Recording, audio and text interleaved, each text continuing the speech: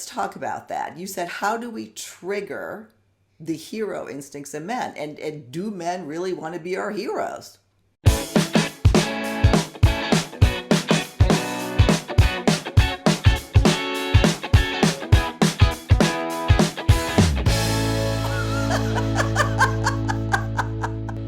Thanks so much for tuning into Second Act TV. I'm so happy to welcome back love coach and dating expert Lisa Copeland. Lisa, thanks for joining me again. So nice being here, Silky. Thanks for having me back. I'm glad to have you back. We just finished a segment. We'll link to it. Just on the frustration and the hopelessness that lots of us at this age women experience. And right along with that is really, even at this point in life, there's so much we don't know about male-female communication interaction. It's really quite amazing how we haven't gotten much smarter than when we were in our 20s and 30s. And you have a great message on how we better communicate with men. What we as very strong women don't realize is that maybe we're coming on too strong and we're squashing the man's hero instinct. Yes, masculinity. We emasculate men. I used to do it like it was my job, and I didn't even know I was emasculating men because we grew up in a generation of, I am woman, let me roar. I can do it better than you. I can do it faster than you. And I'm going to step on you to get over you. We stopped with the idea of the cooperation with men, of gaining their cooperation. It was either or, and we stopped receiving from men. Yeah. Well, exactly. And that was our generation. If you grew up like in the Yeah. 70s and 80s, even nine, you brought, yes, you were that strong woman we had to be in order to be successful. And somehow that, dripped into our relationship. How do we stop that then? Let's talk about that. You said, how do we trigger the hero instincts in men? And do men really want to be our heroes? A lot of men do. I have men write to me all the time when I write about men and how this triggering the hero response or how the male mind works. I hear from men. They write me back and they say, "Thank you, Lisa. I wish women would listen to this." So I think the biggest thing is as women, we've had to be really strong. We've had divorces, deaths of spouses. And because of that, just learn to do everything ourselves. So along comes a man and he doesn't do it the way we would do it. Mm. Or we're so used to doing it ourselves and they say, "Let me help you with that." We say to them, "I can do it." I can do that. So we end up screwing ourselves over and we stop getting their help. We train them to stop giving to us, and yet they want to. I can totally identify with that because I did the same thing. I can do it myself. Just let me do it. I can do it better, quicker, or whatever. And it does. It totally emasculates. And I didn't mean to. I just wanted to get it done.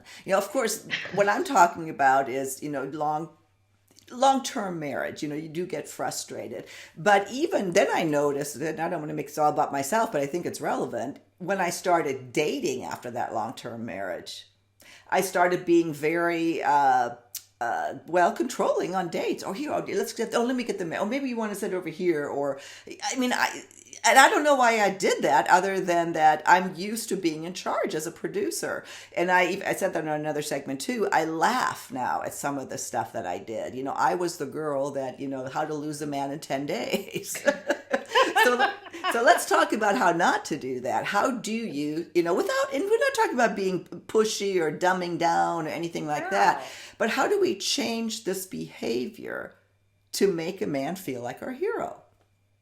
Well, I think that women think that if they come from the softer side or that they're going to be a doormat or that they have to dumb down. Not at all. Men love smart women. What they don't like is when we tell them how to do it, when to do it, where to do it, because that's like their mom. Right. That's going back to their mom. And they want to partner with you and they want you to let them be themselves. And I think that's the hardest thing for us because as women, we see men's potential. We don't fall in love with the real them. Like they fall in love with the real us. We fall in love with, oh, I just see how I could make him into this, you know? That's a great point. Yeah. Yeah, into their potential. So that's why we're always telling them what to do. But the biggest way for the hero response is how you ask it, because men do want to make you happy, but they don't want to, like I said, be told what to do. So part of it is coming from a place of vulnerability within you, a place of I will let someone in to help me. Hmm. And when you say to a man, I need your help, or could you do me a favor? That like triggers it as to, oh my God, I can make her happy. I have a chance to make her happy. And then when we say, you didn't do this right, you should have done it this way, they'll stop giving to you. Because they feel they'll never be enough in your eyes. Mm. It's a hard lesson. I've had that back in the day. Yeah. Well, I remember it's funny. It triggered a conversation we had several years ago where you said those four magic words. That's the same ones. Yeah, That's what they can are. you help me? Or No, it's I need your see, help. and we had this again. I can't even get it in my head. A lot of women can't. I will say the clients can, okay, I'm going to tell you these four words. I want you to say them back to me and we'll do a role play with it. And they cannot say, I need your help. It's can you help me? It's because we feel by saying I need your help that we're not strong enough to do it. Of course, you're strong enough to do it, but you don't want to do it all anymore. And he is happy to help you. I mean, men really are wired to make us happy. We don't realize that. Emotionally healthy men. Yeah, exactly. Emotionally, we're talking. That's what we're talking about. We're not talking about narcissists or any of the. Right. This is emotionally healthy people. Period is what we're talking Right. about. But you're right, and just now again, can you help me? Did I do it right Uh-uh. this time? I need your help. Oh. Because it comes from your vulnerability. I need your help. Can you help me? Is not, I need your help. It's like his mom would say, honey, can you please move your shoes off the I stairs? need your Versus, help. I need your help. That's how it's about cooperation. It's not about ordering or demanding. I'm glad this happened because I'm not acting here. This is really it's the I. Put the I in there first, that I'm the one that needs it. And I did. I've always had issues with that. Because it makes us feel weak, but you're not weak. You're actually very strong. And when you come across as, I need your help, one, a guy will do anything to help you within his power to help you. And two, like I said, you're more powerful because you're not doing it all yourself anymore. Like, who wants to do everything anymore? You just don't. Well, maybe you do, but No. but you feel weak receiving. It's been very hard because as women, we've been told to take care of everyone. And then we've forgotten who to take care of first, us, and letting others help us, Yeah. especially when we need it. We just suck it up and we get really strong and we'll be nasty even because we still want to be perceived as strong versus letting others help us. Well, I get it. I get it. So I guess the awareness is, and one of the best tips is, I need your help. Got it. You I got need it. I need your help. And then I guess in some of the reading I've done is just to be very supportive of things that you really well that deserve support. I suppose it's not all of a sudden acting or saying things you don't mean, but genuinely showing your support for his passions and things like that. I think that's important too, but I think what's more important is appreciation. Men feel very underappreciated by us, and we have this tendency not to acknowledge what they do for us. Well, one, we don't let them do for us. And two, when they do it, it's not the way we want it done. We have a tendency to sort of blow it off. And men feel underappreciated because they made the effort. Just like if we made the effort, okay, a man might not like it, but you know what? He does appreciate it because he's not looking for potential like we are in men. That, yeah, another really, really good point. A really good point. Show the appreciation. Yeah, I don't know if I have a problem with that. But again, when you say that, sometimes I'll again, I'm relaying it back to me here. But I'll almost joke a little bit, but I mean it. But I say, oh, that was so good. You did that really good. But then now I'm talking to him like a little boy. That's right. That's right. Versus acknowledging him as a man that he really went out of his way to help you. They really need us to appreciate them always. And they'll do more for you when they feel appreciated. Yeah.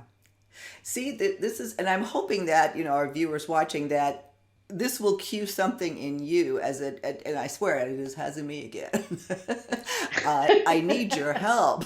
Leave it in the comments. What is it that you're struggling with? Does this make sense? The men, we have a big male audience. Do you agree? How, leave us your comments, your questions. Lisa will be back again. We'll see what kind of topics we need to cover here. Lisa, we're starting to come to the end of the segment. This is an important topic. Anything I didn't ask or something you wanted to say? Well, I think one of the things is as women, we're way more complicated, way more into figuring things out and processing it. Men are much more simpler than that.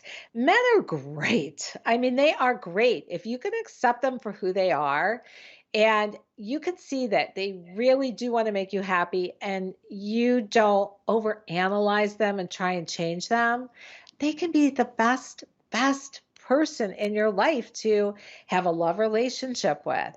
But you just got to understand them and know how to ask them and talk to them so you're not being demanding and emasculating. Well, good point. Lisa, thank you. We'll link to all of your information. If you are looking for a love coach or think you can benefit from a dating expert, give Lisa a shout. I'll have her information in the show notes. And Lisa, thank you. We will see you again soon on Second Act TV. Thank you, Silky.